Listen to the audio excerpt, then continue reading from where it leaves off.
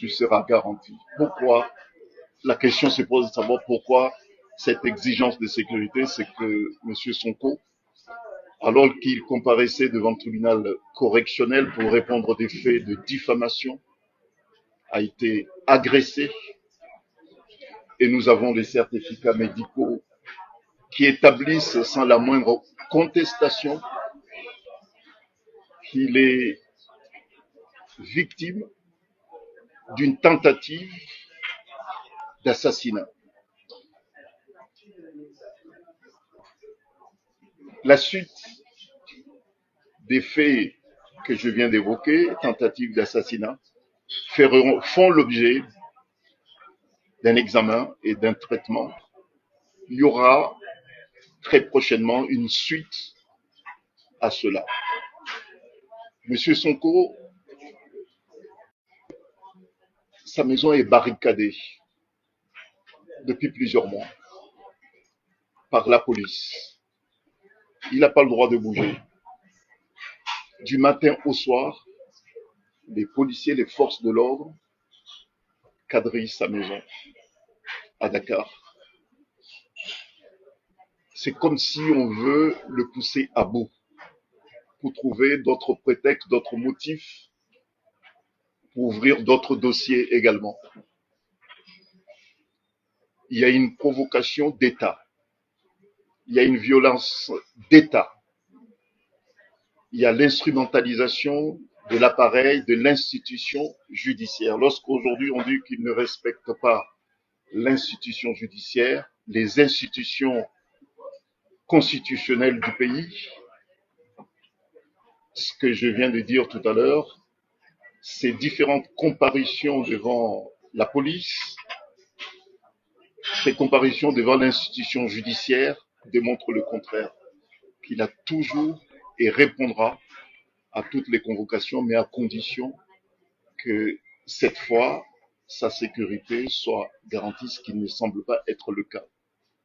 Et puis, j'espère qu'au cours de cet entretien, j'aurai l'occasion de vous parler de cette affaire de diffamation, puisqu'on peut bien dire que M. Sonko est psychologiquement fort et qu'il a l'étoffe d'un homme d'État, puisqu'un homme d'État, c'est lui qui s'est préparé psychologiquement et physiquement à affronter toutes les épreuves, mais je vois très peu de gens qui sont capables de faire face à une machine judiciaire avec des dossiers qui s'accumulent d'une semaine à l'autre.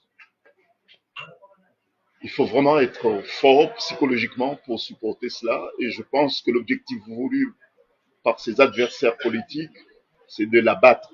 Et ça, c'est tout le monde le sait. Il faut abattre Ousmane Sonko. C'est une volonté qui est affichée, puisque dans l'affaire de diffamation, il est convoqué, il comparaît, il est agressé au palais, des certificats médicaux qui sont établis, qui établissent une incapacité temporaire. Et ces certificats sont produits devant le tribunal et le tribunal maintient le dossier. Et le juge, à son absence, en l'absence de ses avocats, et le condamne à 2 mois d'emprisonnement avec sursis. Et c'est ceux-là même qui avaient introduit la procédure, qui étaient satisfaits dans un premier temps, et le matin, ils étaient satisfaits, et ils dansaient dans les rues de Dakar, comme quoi Ousmane Sonko a été déclaré coupable, et l'après-midi, un revirement. Et pourquoi? Parce que pour eux, et ça a été dit clairement par la partie civile, et ce qui l'intéressait, au fait, c'était pas la condamnation financière, mais ce qui l'intéressait, c'était l'inéligibilité de M. Ousmane Sonko. Ça a été dit, c'est un ministre en fonction qui est victime dans l'affaire de diffamation, qui vient au cours d'une conférence de presse pour dire qu'il n'est pas satisfait puisque son objectif, c'est l'inéligibilité de M. Ousmane Sonko. Ce qui est sans doute vrai, c'est sa volonté, mais pas la sienne seulement, mais c'est la volonté de toute une équipe et du pouvoir en place, puisqu'il faut dire les choses clairement, parce que l'après-midi, un appel a été interjeté. Et lorsque l'appel a été interjeté, Ousmane Sonko avait un délai pour interjeter appel, et le délai d'appel n'était pas écoulé, la Cour d'appel a audiencé cette affaire de diffamation, alors que M. Ousmane Sonko avait encore un délai pour interjeter appel contre la décision qui le déclare coupable de diffamation. Bon, donc cette affaire audiencée alors que le délai d'appel était en cours. L'appel du parquet et de la partie civile a été examiné et celui de M. Ousmane Sonko n'a jusqu'à maintenant, l'appel de M. Ousmane Sonko n'a pas été examiné. Donc là, on se retrouve avec deux procédures en appel, celui qui a été interjeté par la victime et le parquet également. Et puis il y a l'appel qui a été interjeté par M. Ousmane Sonko. Donc ça, c'est une complexité, une complication judiciaire qui sera examinée au moment opportun. Mais ce qui nous a surpris dans cette affaire, quand même choqué dans cette affaire de diffamation, c'est qu'au moment même où la Cour d'appel examinait cette affaire de diffamation, le bruit circulait et puis c'est confirmé, comme quoi l'affaire criminelle allait être examinée également dans les jours à venir, alors que la Cour d'appel n'avait pas encore eu le temps d'examiner cette affaire de diffamation. Même un enfant de la maternelle comprendra facilement, sans la moindre difficulté, que l'acharnement de l'État est évident et caractérisé. Et ça, nous disons tout simplement que ça ne fait pas, c'est pas joli. C'est pas joli puisqu'au-delà du destin de M. Sonko, il y a aussi un pays qui jusqu'à maintenant était le modèle d'une alternance apaisée. C'est un pays que beaucoup d'autres pays africains enviaient. Pour de nombreux pays africains, c'est le pays inspirant. Il y a un héritage démocratique que certains sont en train de démolir.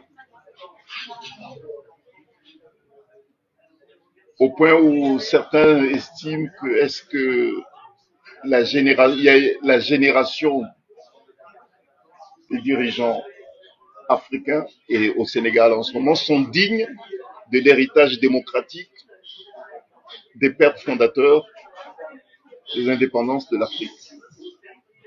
Donc ça, c'est le deuxième aspect de ce dossier. Donc j'ai parlé du destin d'un homme qui est harcelé, qui est agressé. Et puis il y a aussi le regard aussi qu'on a de ce grand pays, le Sénégal, un avenir démocratique incertain que certains souhaitent démolir pour assouvir des ambitions personnelles et non pas le destin de ce pays démocratique. Jusqu'à preuve contraire, moi j'ai eu l'occasion de m'exprimer à l'issue de la décision de la Cour d'appel qui a aggravé la peine de 2 mois avec sursis. S'il s'agissait pour nous d'une commande politique et d'une décision politique rendue au palais de justice. Nous osons espérer que ceux qui seront amenés à réexaminer ce dossier vont déchirer cet acte de décès de la démocratie au Sénégal, puisqu'il s'agit d'un acte de décès. Et ceux qui seront amenés à réexaminer ce dossier auront le courage de déchirer cet acte de décès et réhabiliter la démocratie au Sénégal et en Afrique en général, puisque, comme je le disais tout à l'heure, le Sénégal, pour de nombreux pays africains, c'est un pays inspirant. Bon, notre client, et je le redis puisque c'est quand même très, très, très important, nous ne pouvons pas accepter qu'on dit de notre client un homme qui méprise les institutions démocratiques de son pays. Ce n'est pas exact. C'est quelqu'un qui respecte les institutions démocratiques de son pays puisqu'il inspire et il a le droit, et le peuple sénégalais attend à ce qu'il soit le futur président du Sénégal.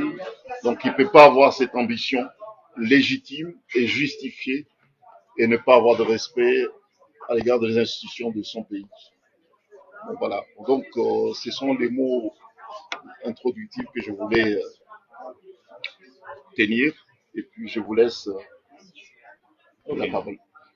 Ok, maître, merci beaucoup. Donc vous avez suivi. Il n'y a pas besoin de faire le résumé parce que c'est tellement clair, le propos est clair. Plusieurs instructions, plusieurs affaires contre M. Sonko, des affaires qui, pour député administratif. Ok, venez, monsieur le député. Venez par là.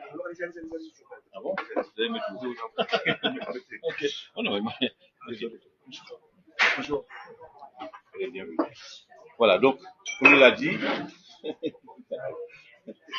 a dit, donc, plusieurs affaires, mais des affaires qui ne sont pas justifiées en tant que telles.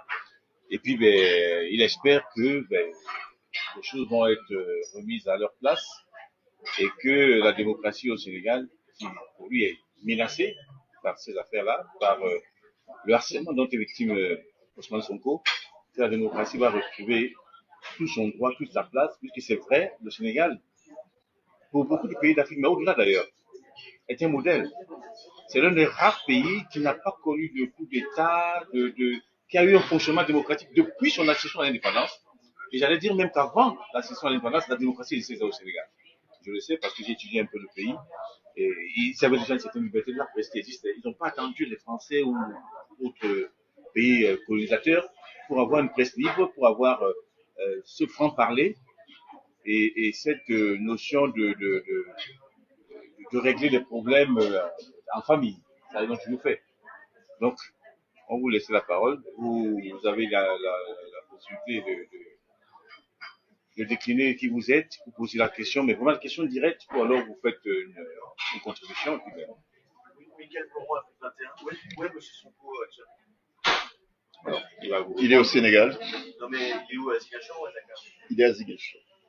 Donc, il aura le temps de se présenter quand même. Il n'a pas encore reçu de convocation. Donc, il n'a pas reçu de convocation. Non, il n'a pas reçu de convocation. C'est pour ça qu'il reste à Ziguinchor pour l'instant.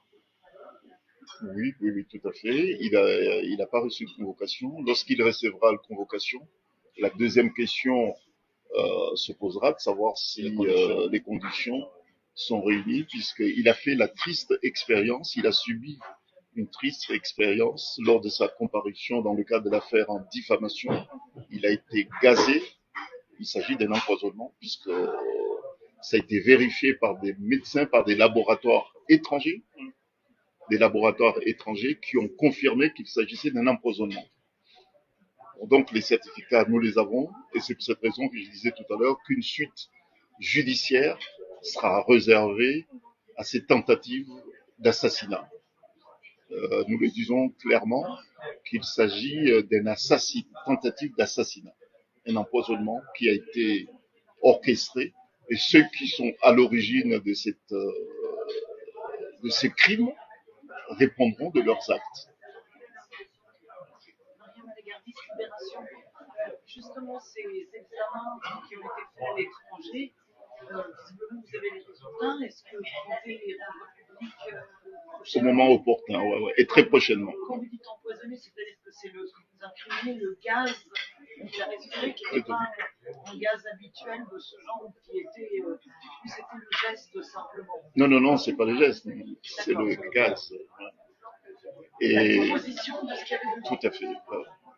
Bon, nous aurons l'occasion dans les prochains jours, dans les prochains jours, de parler de cette affaire. Mais bon, on ne veut pas faire affaire dans l'affaire. Oui, mais bon, nous le disons clairement, il a tenu une conférence de presse à Dakar, il l'a dit clairement, le dossier médical est là, et l'opinion nationale et puis internationale prendra connaissance au moment venu de cela. Voilà. Est-ce que vous pouvez être plus clair sur les conditions de sécurité demandées par M. Sonko? Bon, vous savez, comment assurer sa sécurité si vous estimez que c'est une manœuvre d'État, que la police ne peut pas assurer sa sécurité? Quels sont les moyens à mettre en place pour assurer sa sécurité? Bon, ça c'est, vous savez, Monsieur Ousmane Sonko, au regard de ce que j'avais dit tout à l'heure, il a comparu plusieurs fois devant le juge d'instruction. La dernière comparution de monsieur Ousmane Sonko au tribunal correctionnel de Dakar s'est traduite à des violences physiques, puisque c'est là où il y a eu cette question d'empoisonnement. C'était la police, c'était les forces de l'ordre.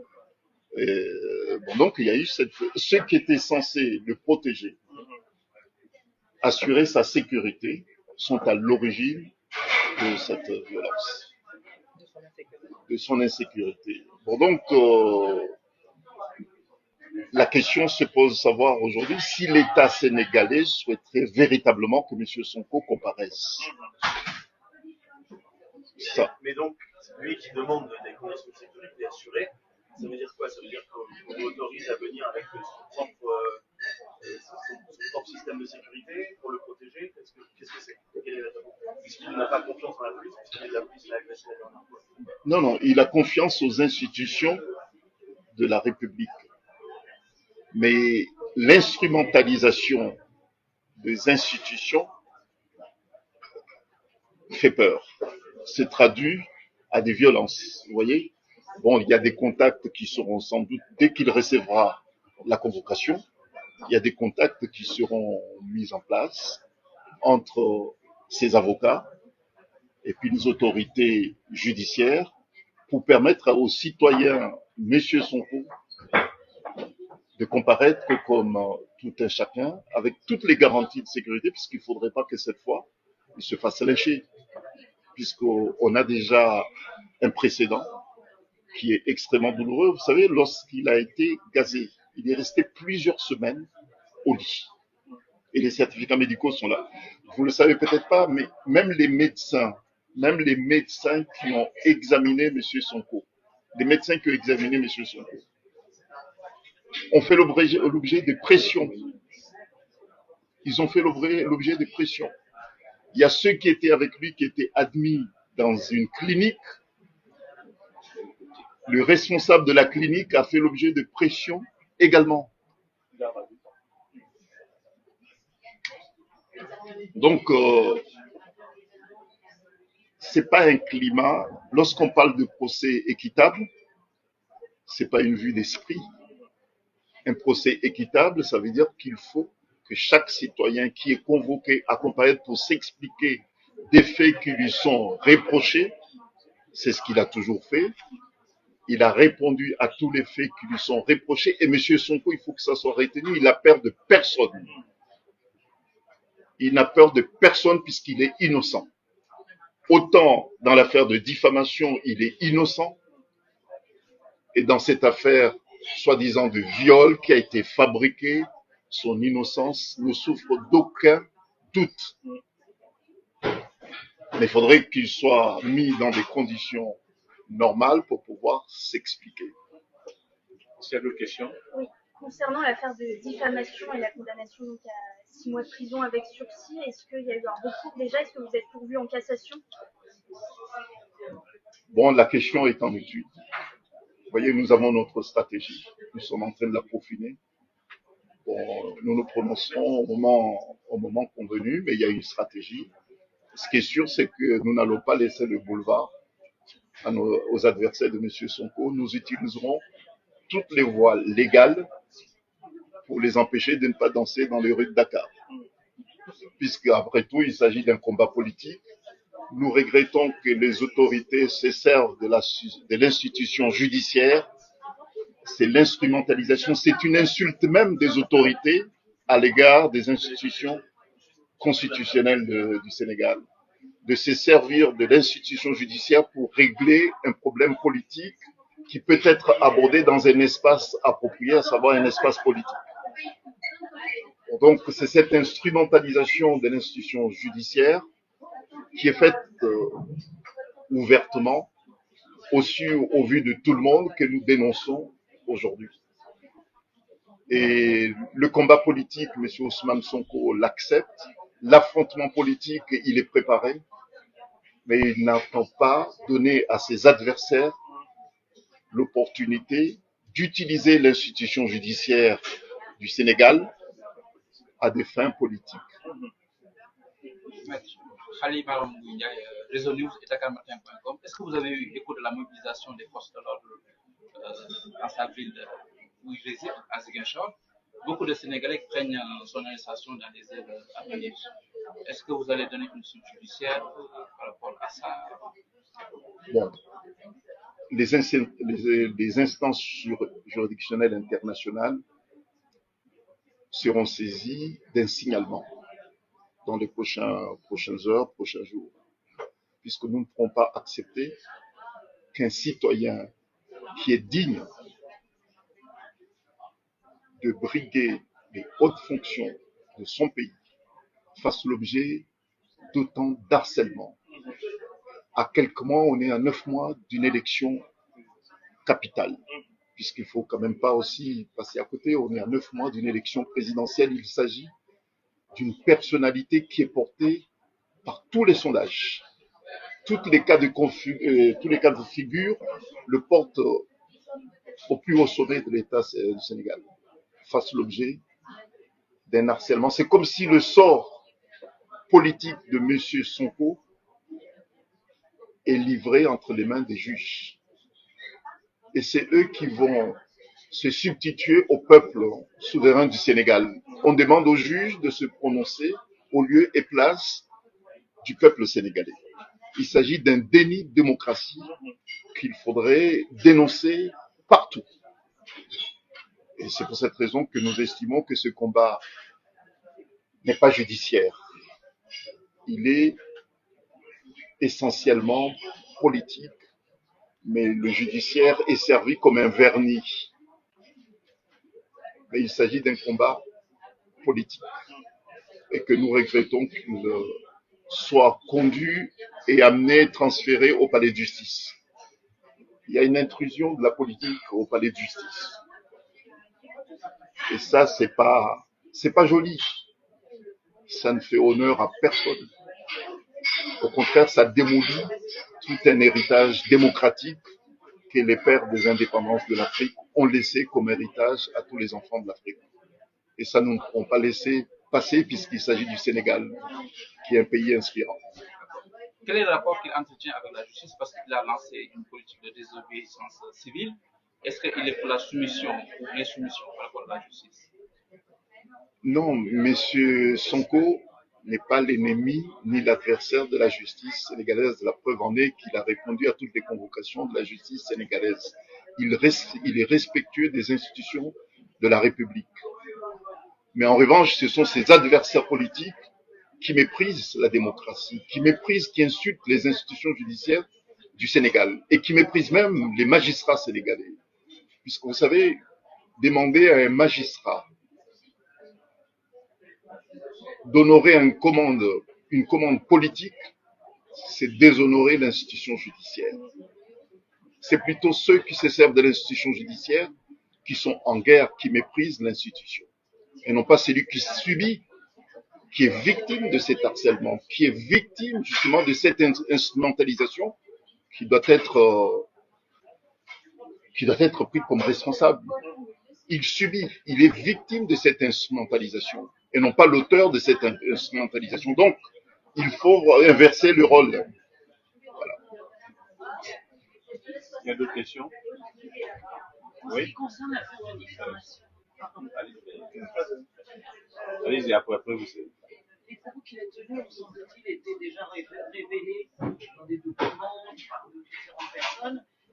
Pourquoi n'est-il pas possible de présenter ça? Je sais que c'est soi-disant des documents confidentiels, mais au stade où vous demandez s'il n'y aurait pas un moyen de démontrer qu'il n'est pas le premier à avoir formulé ses soupçons, on va dire.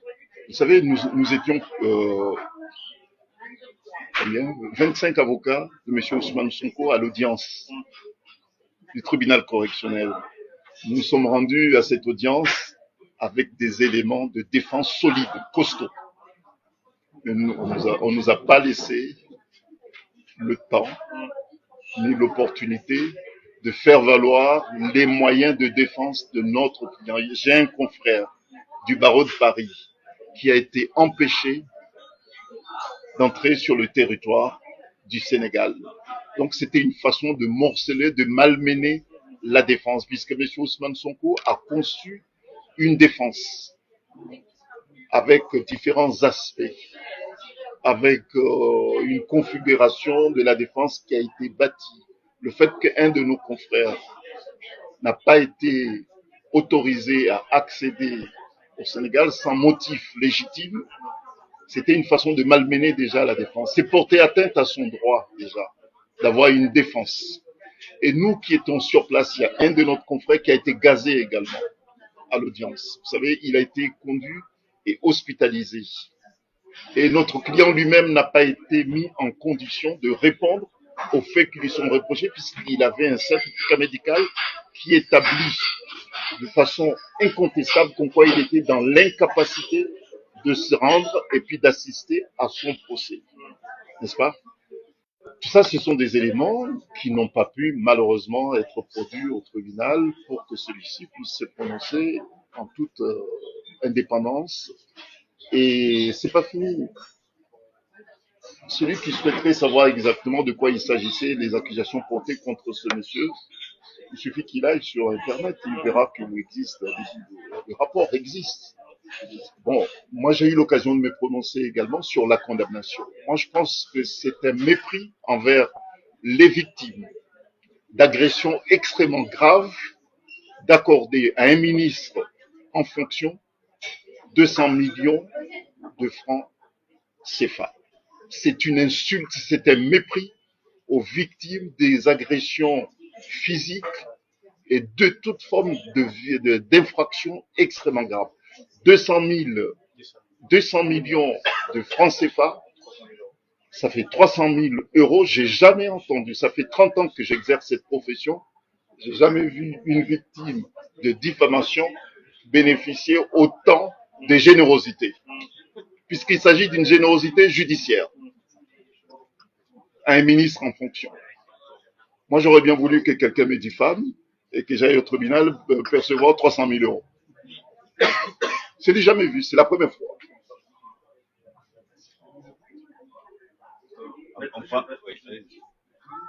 Allez-y.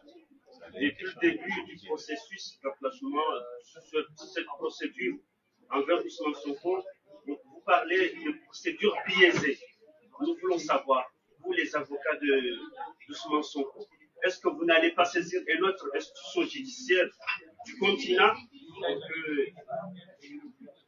qui se déclare sur cette question, parce que vous parlez de procédure biaisée depuis le début de l'enclenchement du dossier Ousmane Sonko? Oui, effectivement, je l'avais dit tout à l'heure, comme quoi il y a des instances juridictionnelles internationales, régionales et puis internationales qui seront saisies de cette affaire de diffamation. Et puis nous attendons voir la suite de cette affaire criminelle pour voir comment nous allons nous positionner. Mais déjà, les institutions judiciaires internationales seront saisies déjà par rapport aux violences répétées et puis aux crimes dont il est victime, à savoir cette tentative d'assassinat. Donc, les instances juridictionnelles internationales seront... Comment? Vous pourriez préciser à quelle instance Bon, la CPI sera... Oui, déjà. La CPI sera saisie très prochainement, il n'y a pas de souci. On prend encore deux dernières questions, parce qu'il est midi, malheureusement, il faut que nous devions de Dieu. Si vous avez une ou deux dernières questions, on les prend et puis on continue. Si Ousmane Sonko, dans les heures à venir, entre guillemets, serait arrêté. Vous pouvez parler un peu fort, que tout le monde vous entende. Parlez fort, allez. D'accord, je vais répondre à ma question. Au cas où M. Ousmane Sonko serait arrêté par les forces de l'ordre qui sont présentement à Ziguinchor, quelle est la suite judiciaire dans l'immédiat que vous allez déployer? Il y aura une suite judiciaire, mais je ne peux pas vous dire laquelle. Ça, c'est sûr. Il y aura une suite judiciaire, pas seulement sur ce que nous ne souhaiterons pas que ça se produise, à savoir son arrestation. Et il y aura une suite judiciaire, je ne peux pas vous dire laquelle, là, à l'instant. Mais il y aura une suite judiciaire, pas seulement sur cet épisode éventuel, sur cette éventualité. Mais ce que nous savons, c'est que les autorités, c'est ma conviction, j'espère me tromper, mais j'ai l'impression que les autorités sur place souhaitent en découdre. Ils souhaitent en découdre. Ils veulent peut-être un bain de sang, quoi. Et puis la question qu'on peut se poser après, c'est de savoir, mais ça profite à qui, au fait? Mais qui est derrière cela? Mais ça profite à qui? Quel est l'intérêt qu'ils ont? Quel est l'intérêt que le Sénégal, le pays lui-même, moi je ne parle pas des hommes, mais quel est l'intérêt pour le Sénégal de, de faire comparaître M. Ousmane Sonko à 8 mois des élections présidentielles dans une affaire qui ne tient pas debout? Quel est l'intérêt pour le Sénégal? Quel est l'intérêt que le Sénégal, la vérité judiciaire, alors, de faire comparaître Ousmane Sonko devant le tribunal correctionnel pour une affaire de diffamation à 9 mois, 10 mois, puisque c'était à 10 mois d'une élection présidentielle? Quel est l'intérêt judiciaire de le juger en diffamation alors que tout le monde sait que le pays est en pré-campagne électorale? Et quel est l'intérêt de le faire comparaître, d'envoyer, moi j'ai vu ce qui se passe, les images, à Ziguinchor. Les militaires sont présents et la population s'est mobilisée. Mais quel est l'intérêt pour le pays de mobiliser autant de forces de l'ordre, de mobiliser l'opinion sénégalaise sur une affaire qui peut faire l'objet, dans un autre cas, d'un autre moment? C'est tout, de voir le pays en crise démocratique, alors que c'est le moment où chaque candidat doit normalement s'exprimer, parler de ce qu'il veut faire de ce pays, avec des projets. Mais là, personne ne parle de projet puisque tout le monde est braqué sur cette affaire, focalisé sur cette affaire. À juste titre, d'ailleurs, du moins du côté de notre client, puisque notre client ne va pas se livrer comme ça. Et la population, et ça tout le monde le sait, c'est de notoriété publique que la population ne va pas accepter que Ousmane Sonko fasse l'objet d'instrumentalisation, qu'il soit instrumentalisé et que les autres cachent leurs ambitions et mettent cette affaire en évidence. Et tout. Bon, donc, nous, sur le traitement politique, je ne vais pas vous dire. Parce que moi, je ne suis pas sur le volet politique. Moi, je suis sur le volet judiciaire. Je ne peux pas, puisque je ne suis pas seul, on est dans un collectif d'avocats. Et c'est le collectif en communion, en parfaite communion avec notre client qui dira quelle est la suite. Mais il y aura une suite, la forme de stratégie judiciaire à venir, mais il y aura une suite judiciaire par rapport à tout ce que notre client subit. Puisqu'il s'agit quand même de violences, d'harcèlement, de violences. C'est pas évident. Il n'a plus de vie depuis quelques mois, depuis 1 an. Il n'a plus de vie depuis 1 an. Dernière question, avez-vous confiance à la justice sénégalaise? Ben, nous avons notre client, moi-même j'ai confiance, je peux même vous dire que j'ai une admiration pour la justice sénégalaise. Mais par contre, je crains fort aux conséquences de l'instrumentalisation. Et j'ai une admiration, je ne suis pas le seul, je suis africain. Et j'ai une admiration pour la justice sénégalaise. Et j'ai aussi l'admiration pour les juristes sénégalais qui sont quand même une référence au niveau du continent. J'ai aussi confiance en leur capacité de pouvoir dire non aussi aux injustices. Et ils ont cette étoffe, ils ont ce profil. Donc il ne faut pas sous-estimer. Si nous tenons aujourd'hui cette conférence ici, c'est aussi prendre un petit peu de distance pour leur dire que nous aussi, les Africains, il faut que vous fassiez attention puisque nous avons un regard euh, bienveillant sur le pays, le Sénégal, et que nous sommes très vigilants aussi et solidaires aussi de ce que certains magistrats sénégalais subissent. Et tout. Voilà. Voilà. Bon, je pense que on va donner peut-être la parole à Madame Saki, qui est conseillère municipale, pour un petit mot, un appel à la paix, je pense. Mais vraiment très court, parce qu'on a déjà crié le temps. Et... Bonjour à tous, je me présente Mireille Liliane Saki, conseillère municipale à la mairie de Chaumont, ambassadrice de paix et présidente du collectif des Français d'origine ivoirienne et les amis de la Côte d'Ivoire. J'interpelle les institutions du Sénégal puisqu'il s'agit quand même d'un troisième mandat qui va être fait, comme c'est l'habitude actuellement au niveau de la sous-région. J'appelle le peuple sénégalais à être très vigilant à ce que la Constitution et les institutions soient respectées. Monsieur Ousmane Sonko est maire de la ville de Ziguinchor, donc c'est aussi un collègue élu local. Donc je suis aussi une élue locale et je suis en solidarité au respect des institutions républicaines du Sénégal.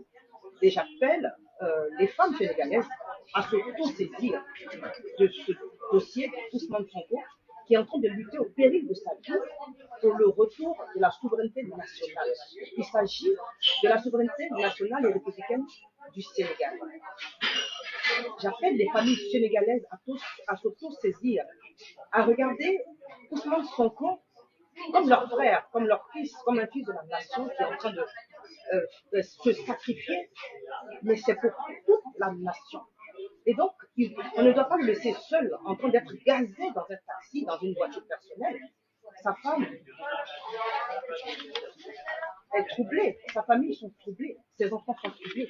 C'est le Sénégal qui regarde, c'est l'Afrique tout entière qui regarde le peuple sénégalais. Nous sommes prêts à venir au secours au peuple sénégalais, mais il faut que le peuple sénégalais, même qui sont déjà dans la localité, s'auto-saisissent de cela. J'interpelle les guides religieux, j'interpelle les femmes et les familles sénégalaises, et j'apporte tout mon soutien à Madame Ousmane Sonko. Et j'interpelle Madame Macky Sall à s'auto-saisir, à avoir un regard sur une de ses sœurs, dont la maison est réquisitionnée pour un problème politique. En Afrique, nous avons des codes. On a des codes coutumiers de non-agression des familles africaines. J'interpelle toutes les premières dames qui sont encore vivantes du Sénégal à regarder le fils de la nation, Ousmane Sonko, et à regarder ces juges de la Constitution et des institutions, et à dire non à cette falsification de la démocratie qui est en train d'avoir lieu, et à demander et à exiger au président Macky Sall de respecter simplement la Constitution qui lui a permis d'être président du Sénégal. Et cette Constitution-là lui donne le droit, quand il a terminé son mandat, de partir et de respecter le choix des Sénégalais, qui pourront élire qui ils veulent à la tête de la nation sénégalaise. J'en ai fini. Je vous remercie et j'appelle à la paix et au sursaut patriotique de la nation. Et j'appelle aussi le syndicat des lutteurs aussi à s'auto-saisir même pour apporter une sécurité aux citoyens Ousmane Sonko. Ok. J'en ai fini. Merci. Voilà. Bon, merci beaucoup. Bon, peut-être il y a un aspect que je vais omettre, c'est que dans la ligne de propos de notre sœur Mireille, c'est que en ce moment, il y a des comités de soutien de M. Sonko qui sont en place dans l'océan Indien, en Afrique australe et en Afrique de l'Est également, Afrique de l'Ouest bien naturellement, et en Côte d'Ivoire, et en Afrique du Nord c'est en cours, et en Europe, bien sûr ici en France, ça se voit tous les jours, en Allemagne, et puis en Angleterre, et en Amérique latine bientôt, il y a des comités de soutien qui se mettent en place pour justement relayer ce combat mené par M. Ousmane Sonko. Parce qu'il ne faut pas que ceux qui sont en face pensent qu'ils peuvent verrouiller les institutions du Sénégal et puis porter atteinte à la vie, à l'intégrité physique de M. Ousmane Sonko sans réaction au niveau international. Voilà. Merci.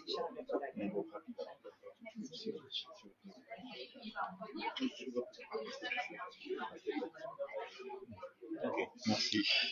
On va donner un petit mot aussi à notre frère représentant du PASTEF, Qui est député aussi. qui est député, qui est un député aussi. Donc, un petit mot de sa part aussi. Puis, ben, vraiment, faut pas qu'on se fâche avec les propriétaires du lieu. Merci beaucoup, chef journaliste, d'être là. Je remercie M. Larifous et ses confrères d'avoir pris cette conférence de presse. Moi, je m'appelle Alioune Sall. Je suis député des Sénégalais de la diaspora et député sénégalais en même temps représentant de PASTEF. PASTEF, c'est le parti Ousmane Sonko. Moi, je ne vais pas intervenir sur le volet juridique comme les avocats l'ont fait, mais je pense que mettre avec des secrets soutenus en tant qu'avocat, de parler un peu sur l'aspect politique, parce qu'il s'agit encore une fois des questions politiques, je dirais même politiciennes, parce que ce dont il s'agit aujourd'hui, il est clair et simple. Je pense que mettre aujourd'hui, ce qui se trame au Sénégal, c'est qu'on a une personne qui s'appelle Macky Sall, qui a une seule volonté, c'est de s'éterniser au pouvoir. Donc pour s'éterniser au pouvoir, parce qu'il est clair, la Constitution est définitivement interdit que nul à son article 27, que nul ne peut faire plus de 2 mandats consécutifs. Et ce dont il est question, encore une fois, ce dont on en parle depuis plus de 2 ans, c'est qu'il y a une personne, encore une fois, qui veut fouler au pied cette constitution qui est très très claire, encore une fois, qui dit que chaque président peut être élu pas plus de fois. Aujourd'hui, avec le tripotage de la Constitution, avec une instrumentalisation de la justice à des fins politiciennes, veulent en tout cas barrer la route à celui qui incarne l'opposition radicale, à la personne de Ousmane Sonko, de pouvoir l'éliminer, de pouvoir liquider. Tout est simple.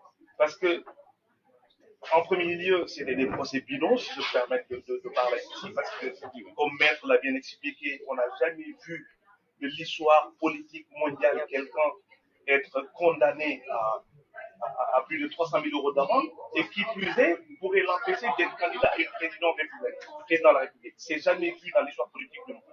Donc, encore une fois, Maître, il y a l'aspect juridique, c'est bien, mais ça, on le fait quand même avec des démocrates. On le fait avec une république, en tout cas avec une juridiction qui est libre, une juridiction qui est impartiale.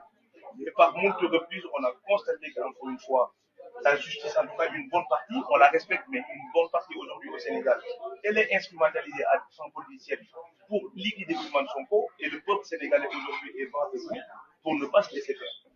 Et ça, c'est pour ça qu'aujourd'hui, il y a cette adhésion des masses, parce qu'il n'est plus à démontrer que l'immixtion de la politique, de la justice, pardon, dans des instances judiciaires, et que le Sénégal, encore une fois, à qui je rappelle que Macky Sall, pour accéder au pouvoir, le Sénégal a quand même la paix de l'autre lui. Il y a 11 morts, en tout cas, pour cette même problématique, l'histoire du 3e mandat, pour que Macky Sall arrive au pouvoir.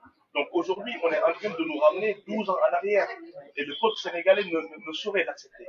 C'est pour ça, sur cet aspect politique, en tout cas, la jeunesse sénégalaise fera face à Macky Sall pour que cette démocratie que les pères fondateurs, en tout cas, ont arrachée de haute lutte, qu'on ne le laissera pas faire en éliminant Ousmane. C'est tout ce que je voulais rajouter sur cet aspect-là. Et encore une fois, vous remercie. Merci beaucoup. Merci pour ce témoignage.